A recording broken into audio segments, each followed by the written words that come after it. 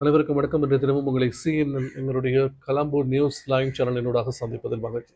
இன்றைய தினமும் நாங்கள் நாட்டில் மிக முக்கியத்துவம் வாய்ந்த செய்திகளோடு இன்று உங்களை சந்திக்கணும். இன்றைய தினம் அதிகம் பேச பொருளாக அமைந்திருக்கின்ற செய்திகளோடு உங்களை நாம் சந்திக்கணும். அதன் அடிப்படையில் இன்றைய தினம் நாட்டில் மிக முக்கிய பேசு பொருளாக அமைந்த செய்திதான் முன்னாள் ஜனாதிபதிகளின் சலுகைகளை நீக்கும் மசோதா இன்றைய தினம் நாடாளுமன்றத்தில் முன்வைக்கப்பட்டது. இது தொடர்பிலே நேற்று நாடாளுமன்ற உயர் நீதிமன்றத்தின் தீர்ப்பு கிடைக்கப்பெற்றது. உயர் நீதிமன்றம் இந்த மசோதா தொடர்பிலே தமது பொருட்கொடலை நாடாளுமன்றத்துக்கு அறிவித்திருந்த சபாநாயகருக்கு அறிவித்திருந்தார். இதன் பிரகாரம் இந்த நாடாளுமன்றத்தில், அதாவது முன்னாள் ஜனாதிபதிகளின் சலுகைகளை நீக்குவது அரசியலமைப்புக்கு ஏற்புடையது என்ற ரீதியில் தான் தங்களுடைய கருத்தை உயர்நீதிமன்றம் சபாநாயகருக்கு தெரிவித்திருந்தது. உயர்நீதிமன்றத்தின் மூவரடங்கிய பிரதம நீதியரசர் உட்பட மூவரடங்கிய நீதியரசர்கள் குழாத்தினால் இந்த தீர்ப்பு ஏகமனதாக வழங்கப்பட்டிருந்தது. அதாவது அரசியலமைப்பின் 121 பிரிவின் 121வது பிரிவின் முதலாம் பிரிவுக்குட்பட்ட வகையிலே இந்த அரசியலமைப்புக்கு அமைய முன்னாள் ஜனாதிபதிகளின் சலுகைகளை நீக்க முடியும் என்ற ரீதியிலே நேற்றைய தினம் உயர்நீதிமன்றம் தங்களுடைய கருத்தை நாடாளுமன்றத்துக்கு தெரிவித்தது. இதன் அடிப்படையில் இன்றைய தினம் இது தொடர்பான மசோதா நாடாளுமன்றத்திலே விவாதத்துக்கு எடுத்துக் கொள்ளப்பட்டது. 2ஆம் வாசிப்பு மீதான விவாதம் இடம்பெற்றது. இந்த விவாதத்தின் போது பல்வேறு கருத்துக்கள் முன்வைக்கப்பட்டதை நாம் காணக்கூடியதாக இருந்தது. இந்த விவாதத்தை ஆரம்பித்து வைத்த நீதியமைச்சர் ஹர்ஷன மிக தெளிவான ஒரு விடயத்தை குறிப்பிட்டார். அவர் குறிப்பிட்ட விடயம் தான் இந்த நாட்டினுடைய சொத்துக்கள், மக்களுடைய சொத்துக்களுக்கு ஆட்சியாளர்கள் என்பவர்கள் காப்பாளர்கள் மாத்திரமே. அந்தந்த காலத்துக்கு அவர்கள் காப்பாளர்களாக அவர்கள் இருக்க வேண்டும், பாதுகாவலர்களாக இருக்க வேண்டும். அந்த ஆட்சி முடிந்தவுடன் மக்கள் அவர்கள் தீர்ப்பை அவர்களிடமிருந்து மீளப்பெற்றவுடன் அவர்கள் அந்த பொருட்களை அல்லது தமக்கு வழங்கப்பட்ட சொத்துக்களை மக்களிடம் மீள கையெழுத்து விட்டு திரும்ப வேண்டும். அதற்காகவே அவர்கள் காப்பாளர்களை அன்றி உரிமையாளர்கள் அல்ல. மக்களுடைய சொத்துக்களுக்கு ஆட்சியாளர்கள் காப்பாளர்களை அன்றி உரிமையாளர்கள் அல்ல என்ற வசனத்தோடு இன்றைய தினம் அந்த மசோதாவை அவர் முன்வைத்திருந்தார். இதன் போது பல்வேறு தரப்பட்ட கருத்துக்கள் முன்வைக்கப்பட்டன.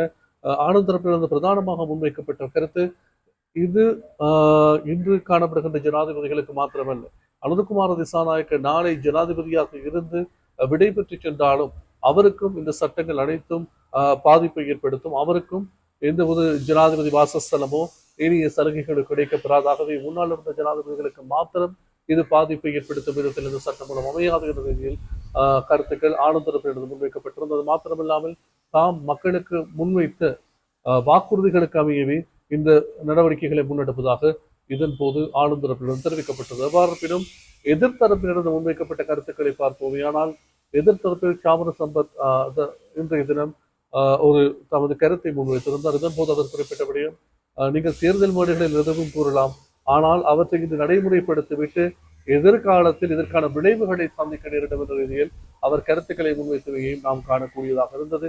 அது மாத்திரமில்லாமல் முன்னாள் ஜனாதிபதி பௌத்த மக்களின் தலைவர் என்றும் பௌத்த மக்களின் ஏகோபித்த ஆதரவை பெற்றவர் என்றும், ஆகவே அவ்வாறு பெற்றவர் ஒருவருக்கு இவ்வாறு அவரது வீடுகளை பெற்றுக்கொள்வது ஏற்புடையதல்ல என்ற ரீதியிலும் அவர் கருத்துக்களை கூறியிருந்தார். அது மாத்திரமில்லாமல் நீங்கள் ஆளுந்தரப்புக்கு அவர் மிக ஒரு எச்சரிக்கையிலே கூறியிருந்த விடயம்தான், இன்று நீங்கள் ஆட்சியில் இருக்கலாம், நாளை ஆட்சி மாறலாம், காட்சிகள் மாறலாம், அப்போது இவற்றுக்கு நீங்கள் பதில் கொடுக்க வேண்டிய நேரிடும் என்ற ரீதியிலே அவர் எச்சரிக்கை விடுக்கும் துறையில் கருத்துக்களை கூறியிருந்தார். அது மாத்திரமில்லாமல் எதிர்த்தரப்பில் நடந்த தயஸ்ரீ ஜெயசேகரன் தொடர்பான கருத்துக்களை குறிப்பிட்டிருந்தார்.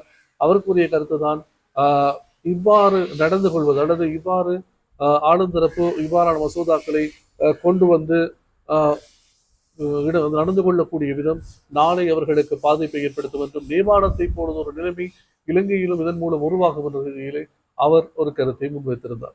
அது மாத்திரமில்லாமல் எதிர்த்தரப்பினுடைய டிவி சாணக்க மஹிந்த ராஜபக்ச இந்த சட்டம் நிறைவேற்றப்பட்டால் அவர் மெதபுலனுக்கு செல்வதற்கு தயாராகவே இருக்கின்றார் என்ற ரீதியிலே ஸ்ரீலங்கா பொதுஜன பெருமுனவின் உறுப்பினர் டிவி சாணக்க நாடாளுமன்றத்தில் தெரிவித்தார். ஆகவே இவ்வாறெல்லாம் இவர்கள் தெரிவிக்கின்ற போது ஆளுந்தரப்பு மிக தெளிவாக சொன்னது, இதில் அதிகம் பாதிப்பை ஏற்படுத்த போவது அன்று ஜனாதிபதிக்கு தான். ஏனென்றால் அவர் ஏனைய ஜனாதிபதிகளுடைய சொத்துக்களோடும் அவர்களுடைய பொருளாதார பின்புலத்தோடும் பார்க்கின்ற போது அனுரகுமார் திசாநாயகவுக்கு அவ்வாறு பெரியதொரு பின்புலவில்லை.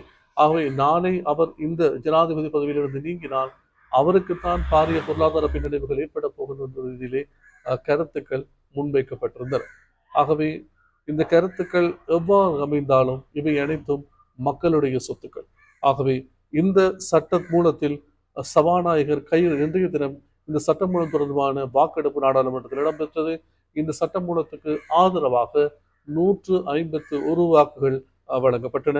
எதிராக ஒரு வாக்கு மாத்திரமே வழங்கப்பட்டது. எதிர்க்கட்சியின் பெரும்பாலானோர் இன்றைய வாக்கெடுப்பில் கலந்து கொள்ளவில்லை.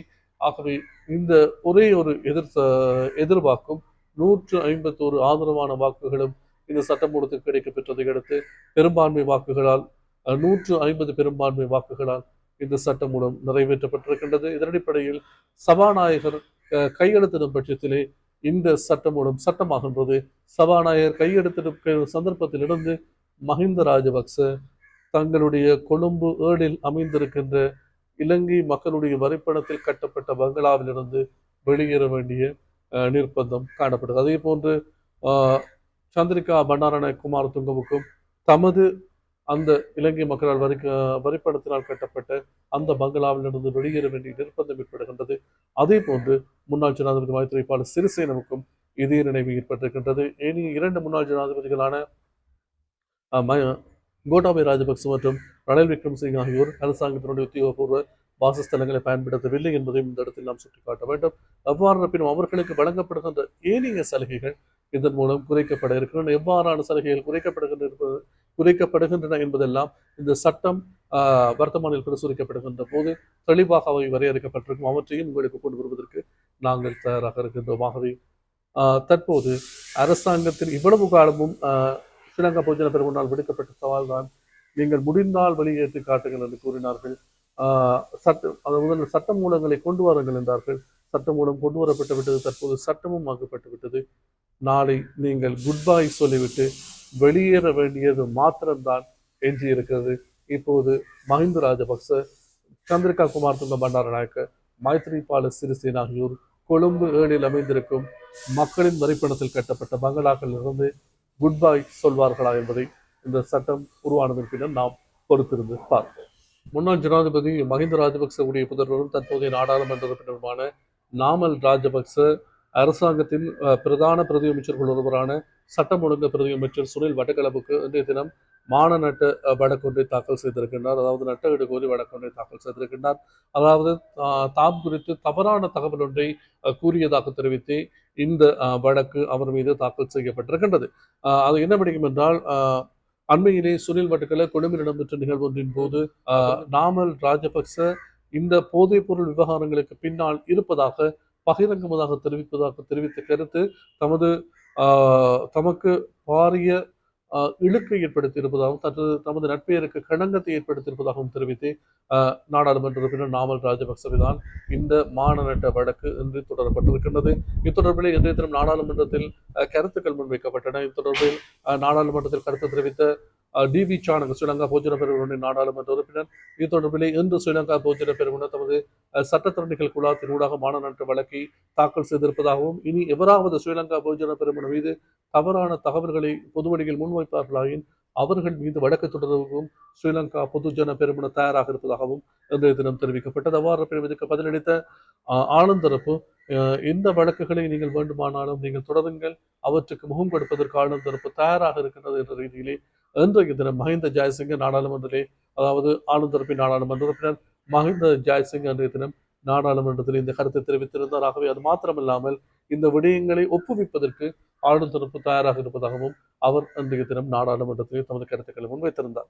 இத்தோடு மாத்திரமில்லாமல் அன்றைய தினம் மற்றொரு நிகழ்வு இடம்பெற்றிருந்த முரட்டுவை மாநகர சபையின் முன்னாள் மேயர் சமல்நாள் பெர்னாண்டோ அன்றைய தினம் லஞ்ச ஊழல் மோசடி தொடர்பிலே கைது செய்யப்பட்டு அன்றைய தினம் அவர் விளக்கு முறையில் வைக்குமாறு உத்தரவு பிறப்பிக்கப்பட்டிருக்கிறது. ஆகவே இன்று இடம்பெற்ற கைது நடவடிக்கையாக இந்த நடவடிக்கை காணப்படுகிறது. ஆகவே இது தொடர்பான மேலும் பல தகவல்களை உங்களுக்கு உடனுக்குடன் கொண்டு வருவதற்கு நாங்கள் தயாராக இருக்கின்றோம். தொடர்ந்தும் நீங்கள் எங்களுடைய CNN கொலம்போ நியூஸ் டைம் சேனலை சப்ஸ்கிரைப் செய்வதன் ஊடாக தொடர்பான மேலதிக தகவல்களை தொடர்ச்சியாக பெற்றுக்கொள்ள முடியும். ஆகவே சப்ஸ்கிரைப் செய்து வைத்துக் கொள்ளுங்கள்.